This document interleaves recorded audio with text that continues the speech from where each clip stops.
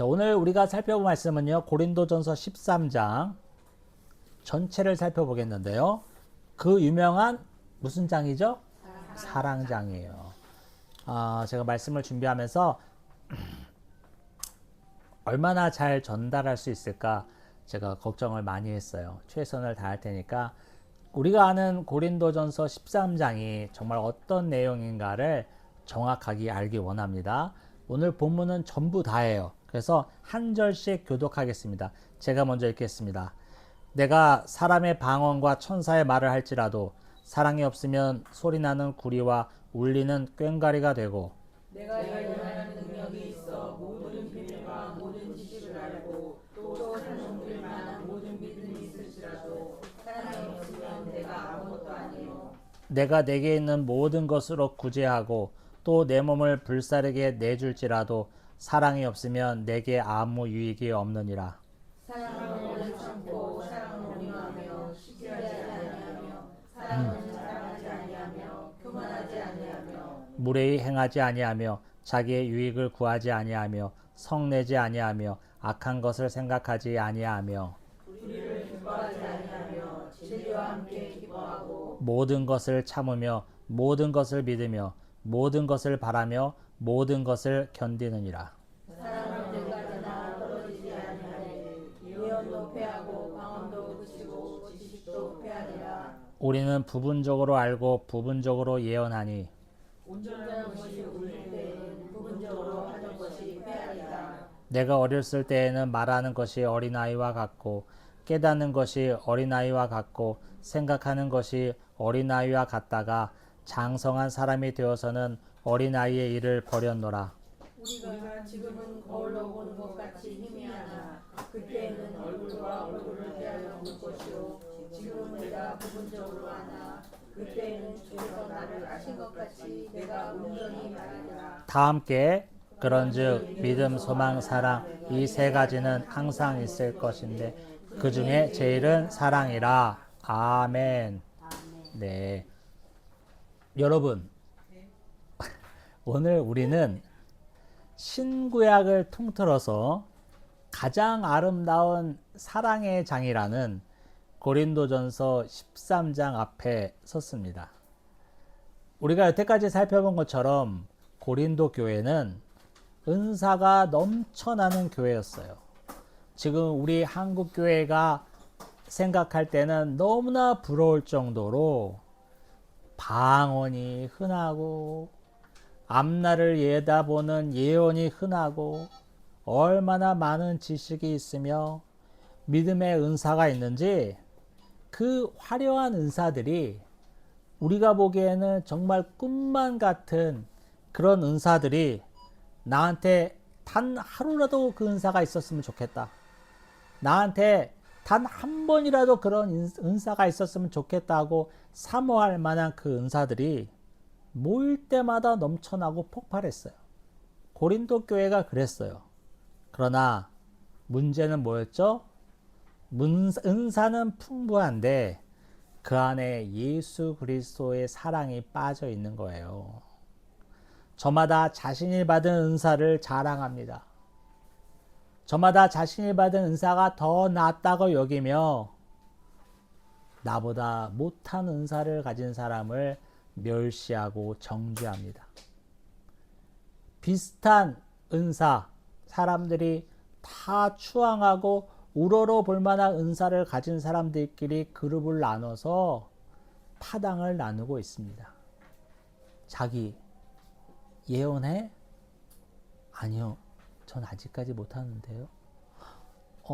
그래? 이런 분위기가 고린도 교회에 만연했어요. 지난 시간에 제가 언급했죠. 고린도전서 12장 말미에는 바울이 어떤 말을 합니까? 31절인데요. 12장 31절. 제가 읽겠습니다. 더욱 큰 은사를 사모하라. 내가 또한 가장 좋은 길을 너희에게 보이리라. 은사에 대해서 사도 바울이 고린도전서 12장에서 그렇게 많이 얘기하면서 뭐라고 얘기하냐면 마지막에 더 큰 은사를 사모하래요. 그러면 더 큰 은사가 뭐지? 12장에 지금 예언 나오고 방언 나오고 병고침 나오고 귀신 쫓는 거 나오고 사도 나오고 교사 나오고 다 여러 가지 나왔는데 그러면 더 큰 은사를 사모하라니 더 큰 은사가 뭐지라는 궁금증이 있는데 한 장을 넘기니까 13장이 나오는데 13장부터 바울이 얘기하는 게 뭐였어요? 사랑이었어요. 아하. 더 큰 은사를 사모하라는 바울의 말은 사랑을 사모하라는 거구나. 벌써 결론이 지어졌는데요. 예언하고 방언하고 병 고치고 귀신 쫓아내고 사도로서 교사로서 사역자로서 아무리 난리 버거지를 쳐도 그것보다 더 큰 은사를 우리가 사모해야 하는데 그게 바로 13장 펼치자마자 나오는 사랑인 거예요. 제가 지난 시간에 언급했죠. 사도 바울은 이 13장의 사랑을 얘기하기 위해서 여태까지 12장까지 끌고 왔을지도 몰라요. 그러면 우리가 흔히 알고 있는 사랑은 언제나 오래 참고 남녀가 손을 꼭 붙잡고 지그시 바라보면서 부르는 이 노래가 사실은 성경의 맥락으로는 그런 뜻이 아니에요. 둘이 사랑에 빠져가지고 손 붙잡고 노래하라고 이 성경에 써 있는 게 아니야. 물론 그렇게 적용할 수 있죠. 그럼 본질적으로 사도 바울이 어떻게 사랑을 언급하고 있는지 살펴보도록 하겠습니다. 첫 번째는요. 1절부터 3절까지예요. 은사의 가치를 결정하는 최대의 기준은 사랑이라는 것을 바울이 언급하고 있어요. 우리 1절부터 3절까지 같이 읽어볼게요. 1절부터 3절까지 시작. 내가 사람의 방언과 천사의 말을 할지라도 사랑이 없으면 소리나는 고리와 울리는 꽹과리가 되고 내가 예언하는 능력이 있어 모든 비밀과 모든 지식을 알고 또 산을 옮길 만한 모듬이 있을지라도 사랑이 없으면 내가 아무것도 아니요 내가 내게 있는 모든 것으로 구제하고 또 내 몸을 불사르게 내어줄지라도 사랑이 없으면 내게 아무 유익이 없느니라. 아멘. 여러분, 고린도 교회 당시의 사람들 또 오늘날 우리가 볼 때에도 정말 부러워할 만한 이런 은사 한 번만 내 입에 떨어지면 원이 없겠다 라고 할 만한 것들이 다 언급되고 있습니다. 방언을 한대요. 천사의 말을 한대요. 여러분, 예언을 한대요. 우리 교회에서도 여러분, 기도 많이 하신다는 능력 많다는 권사님 쫓아다니면서 앞날 물어보는 분들이 있어요. 그거 제가 명확히 말합니다. 잡것입니다. 그런 거 없어요. 어디다 대고 그런 소리를 해? 그 양반이 얼마나 기도한다고 뭘 앞날을 알아봐? 그런 거 절대 없는 거예요, 여러분. 그리고 모든 비밀과 모든 지식을 다 안대요. 믿음이 얼마나 큰지 산을 옮겨 놓는데, 여러분. 그래도 뭐라고 그래요? 또 뭐라고 하냐면, 내가 모든 재산을 다 통틀어서 구제를 한대. 나도 그런 능력이 있으면 얼마나 좋을까. 나도 그런 은혜가 있으면 얼마나 좋을까. 얼마나 사모합니까? 내 몸을 불사르게 내어주면서 순교하고 선교한대요. 나도 그렇게 살면 얼마나 좋을까. 우리가 얼마나 사모합니까? 그런데 뭐라고요? 거기에 사랑이 없으면 소음이래. 그냥 울리는 꽹과리와 굴이 부딪히는 소리밖에 안 된대요. 그 엄청난 은사들이. 정말 우리가 보기에는 한 번만 내 입에 떨어졌으면 원이 없겠다고 생각하던 그 모든 은사들이 언급되고 있어요. 그러나 하나님께서는 뭘 보시냐면요. 남들이 부러워할 만한 은사, 뭔가 있어 보일 만한 은사, 내가 이런 은사를 행하면 얼마나 하나님께 영광이 될까 싶지만 하나님은 그런 걸 보시는 게 아니라 뭐라고요? 우리의 행위나 또 은사의 화려함을 보시는 게 아니라 그 동기가 어디서 왔느냐를 보는 거예요. 그 은사의 동기가 정말 나 같은 말할 수 없는 죄인이 값없이 구원받았고 그 구원받은 은혜에 감사해서 튀어나온 건지 어쩐 건지 본다는 거예요. 암만 은사 있으면 뭐합니까? 암만 병 고치고 예언하고 막 떠들어대면 뭐합니까? 그 안에 구속의 은혜가 없어. 나 같은 죄인이 구원받았구나. 이 죄인이 구원받은 것도 내가 고개를 못 들고 다닐 텐데 이런 죄인에게 하나님께서 교회에 유익이 되라고 은사를 주셨구나라는 감지덕지의 마음, 감사한 마음, 어떻게 몸둘 바를 모르겠다는 마음이 없고 그걸로 자랑을 해. 자기는 기도하면 막 되지 않아? 아니 집사님 저는 아직까지 그렇게 안 되는 것 같은데요. 아 그래? 이런 마음이 생긴다고요. 그럼 뭐라고요? 암만 떠들고 난리를 쳐도 소음이야. 울리는 꽹과리가 돼요. 여러분 응원단에서 꽹과리 치는 거 들어보셨어요? 사물놀이 할 때 꽹과리는 그나마 옷유리 입고 가락 입고 신나는데 축구장, 야구장에서 꽹과리 치는 거는요. 그 옆에 있으면 잠시도 그 옆에 못 있어요. 얼마나 시끄러운지. 그게 된다는 거예요. 그게. 그래서 우리는 우리의 행위와 열매보다는 그리스도의 연합에서 나오는 생명력 있는 동기가 있는가를 살펴봐야 돼요. 정말 내가 은사가 있다. 내가 은사를 나누고 있다, 쓰고 있다 그러면 동기를 살펴보라고요. 정말 이게 죄인인 내가 구속받아서 그리스도와 연합함으로 나오는 그 동기로부터 나오는 은사인가? 그 은사의 본질은 사랑인데 사랑이 있는가 살펴보라는 거예요. 그 사랑이 없으면 예언하고 방언하고 전 재산을 털어서 선교하고 내가 순교한다고 해도 자기 만족에 지나는 거예요. 하나님의 영광이 되지 않는 거예요. 내가 언제 너보고 그거 하라고 그랬니? 하나님이 그렇게 물으신다는 거예요. 네가 그렇게 하는 거 네 마음 내가 모를 것 같니? 여러분 제가 몇 번 얘기하죠. 하나님 바보 아니에요. 왜 우리는 하나님을 바보라 생각하지? 하나님이 어떤 동기로 우리가 어떤 마음으로 하는지 모르실까요? 다 아시죠. 하나님은 바보가 아니에요. 아무리 교회를 세우고 아무리 막 목숨을 바쳐서 선교하고 구제해도 하나님이 그 마음을 모르실까요?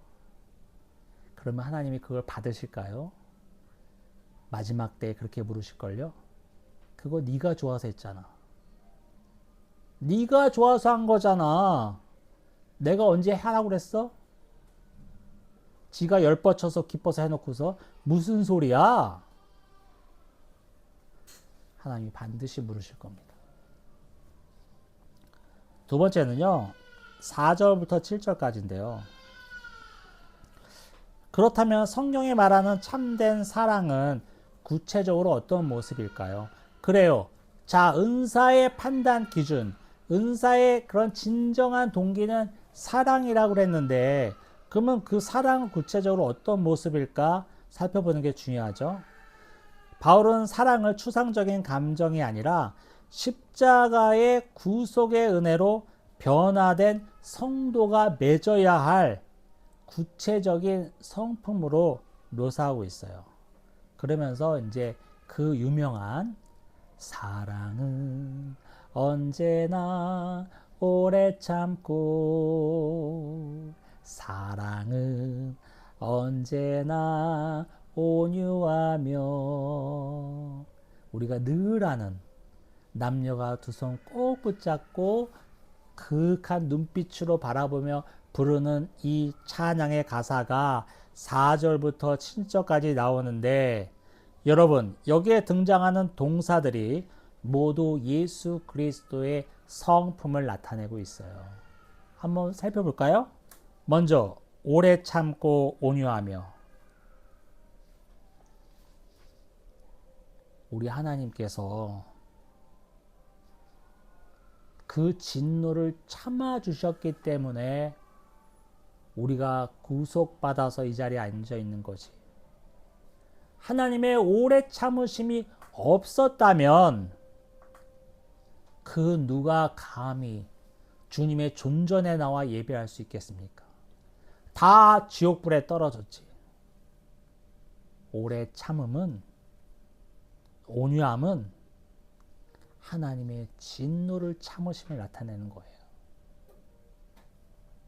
다 멸절할 수 있었지만 우리의 죄악만 바라봐서는 다 멸절되고도 남음이 있었지만 그 하나님의 진노의 참으심으로 말미암아 우리가 다 주님께 구속함을 받고 이 자리에 앉아 있는 거 아니에요? 내가 받은 구원 내 공로 하나 없다. 나는 진짜 죽어 마땅할 죄인이라는 것을 깨닫는 자만이 오래 참을 수 있어요. 나 같은 것도 구원받았는데 라고 깨닫는 자만이 오래 참고 온유할 수 있어요. 두 번째, 시기, 자랑, 교만, 무례히 행치 아니하며 이런 말 있죠. 이것도 마찬가지예요. 복음 앞에 내가 내세울 거 하나 없는 죄인이다. 나 같은 놈도 구원받았다. 라는 이 자각이 없이는 여러분 남을 존중할 수 없어요. 남을 이해할 수 없다고. 시기가 나와요. 질투가 나온다고. 자랑이 나오고 나보다 못하다고 생각되면 무례히 행함이 나온다고요. 그런데 이 모든 것을 내가 절제할 수 있고 참을 수 있는 근본적인 힘이 뭐냐면 나 같은 죄인도 구원받았는데 내가 저 사람을 이해하지 못할 게 뭐가 있냐. 나 같은 놈도 구원받았는데 내가 자랑할 게 뭐가 있냐. 라는 마음이 생긴다는 거죠. 그 다음에 자기의 유익을 구하지 아니하며 나와 있잖아요. 여러분 타락한 우리의 본성은 언제나 나를 중심에 두게 되어 있습니다. 그래 우리 인간의 본성이에요. 우리의 본성이야. 제가 몇 번 말씀드렸죠. 우리의 죄성으로 드러난 본성은 노력하지 않아도 그냥 된다. 다 아시죠? 맞아. 나는 나만 생각해야 돼. 아침 저녁으로 막 묵상한다고 되는 게 아니라 아무 생각 없어도 아무 느낌 없어도 우리 타락한 죄인들은 나만 생각하게 되어 있어. 자동으로. 이게 죄야. 이게 죄라고요. 그러면 성령의 은혜를 받은 우리는 타인을 생각할 수 있게 된다는 거예요. 남을 생각할 수 있게 되는 거예요. 나만 생각하는 것이 아니라 내 이웃을 좀 생각하게 되고 내 옆에 지체를 생각하게 되고 그런다는 거예요. 혹시 그런 마음이 생깁니까? 그런 마음이 있으십니까? 제가 감히 말씀드립니다. 그거는 우리 하나님이 주신 마음이에요. 우리의 죄성으로는 남을 생각할 수가 없어. 내가 다 먹어 치우지. 내가 다 갖고 썩어서 버리나니 있더라도 들고 있지 그렇게 못한다고. 만약 우리 마음 가운데 나누고 싶은 마음, 좀 더 어려운 사람을 생각하는 마음, 그 사람을 생각할 때마다 안타까운 마음이 있으시다면 이건 분명히 우리 성령 하나님께서 주신 마음입니다. 아멘. 자, 우리 8절부터 13장인데요. 제일 중요한 말이 있어요, 여러분. 8절에 이런 말이 있어요. 사랑은 언제까지나 떨어지지 아니하되 예언도 패하고 방언도 그치고 지식도 패하리라. 지금 12장에서 앞장에서 고린도 교회에 엄청난 은사를 열거했어요. 그렇죠? 뭐 막 난리 났지 뭐. 그냥 모일 때마다 예언 터지고 방언 터지고 뭐 난리가 난 거예요. 병 고치고 뭐 벌떡벌떡 일어나고 난리가 났어요. 그런데 그게 어떻게 된다고요? 패하리라. 고린도 교회 사람들이 나 방언한다, 나 예언한다, 나 병 고친다라고 그렇게 자랑하면서 떠들었는데 그것들이 어떻게 된다고요? 패해진다는 거예요. 문을 닫는다는 거예요. 끝이 난다는 거예요. 왠지 아세요, 여러분? 이거는 바울이 은사의 한계성을 얘기하고 있어요. 예언, 방언, 지식 같은 은사들은 이 세상이라는 광야교회에서만 필요한 거예요. 이 세상에 광야교회에서만 필요한 거라고요. 하나님 나라가 완성되잖아요. 이런 것들은 다 필요 없어.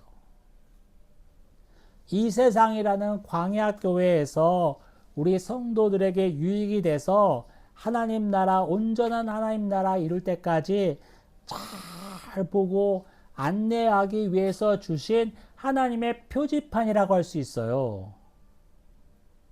그런데요, 목적지에 도착하면 표지판이 필요 있어요? 필요 없어요? 필요 없죠. 목적지에 도착하면 내비가 필요 없어요. 목적지에 도착했는데 내비 켜놓고 있는 사람이 어디 있어요? 그 미친놈이지.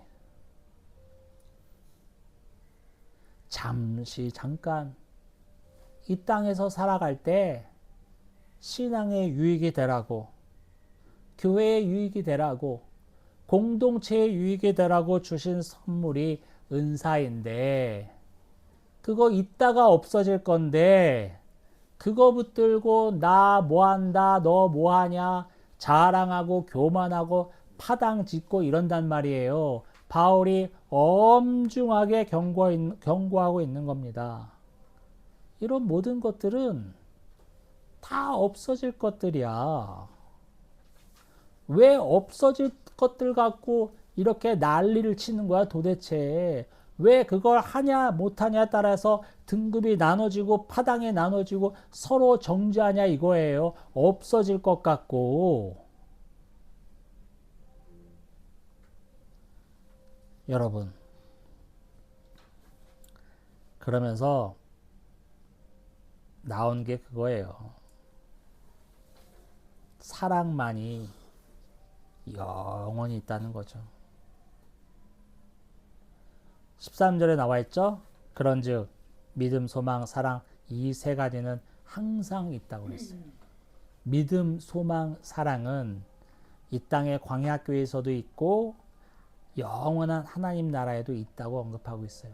그러면서 그 중에 제일은 사랑이라고 언급하고 있죠.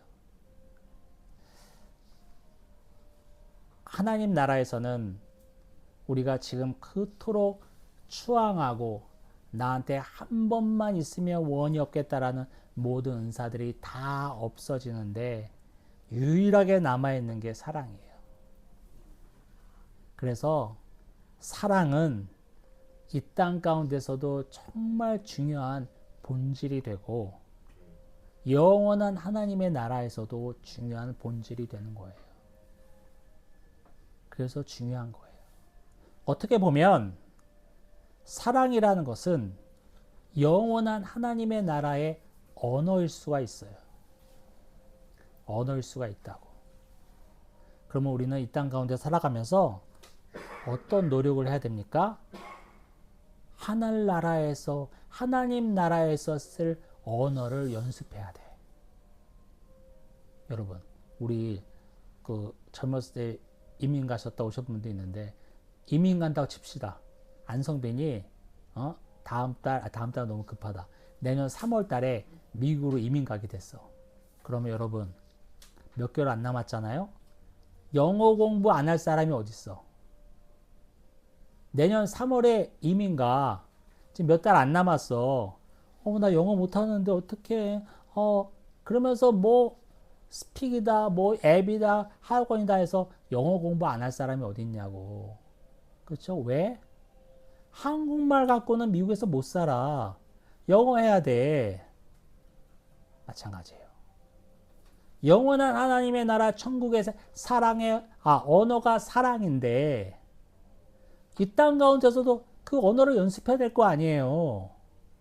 그래야 천국에 가서도 자연스럽게 내 삶에서 우러나오는 언어가 나올 것이지. 아무것도 영어 공부 하나 가다 딱 미국 떡 떨어지면 헬로우 땡큐만 하다 오는 거야. 그럼 되겠어요? 이민 가는 사람도 그렇게 연습하고 훈련할진데 영원한 하나님 나라 천국의 언어를 우리가 이 땅 가운데서 훈련해야 되겠어요? 안 해야 되겠어요? 해야죠.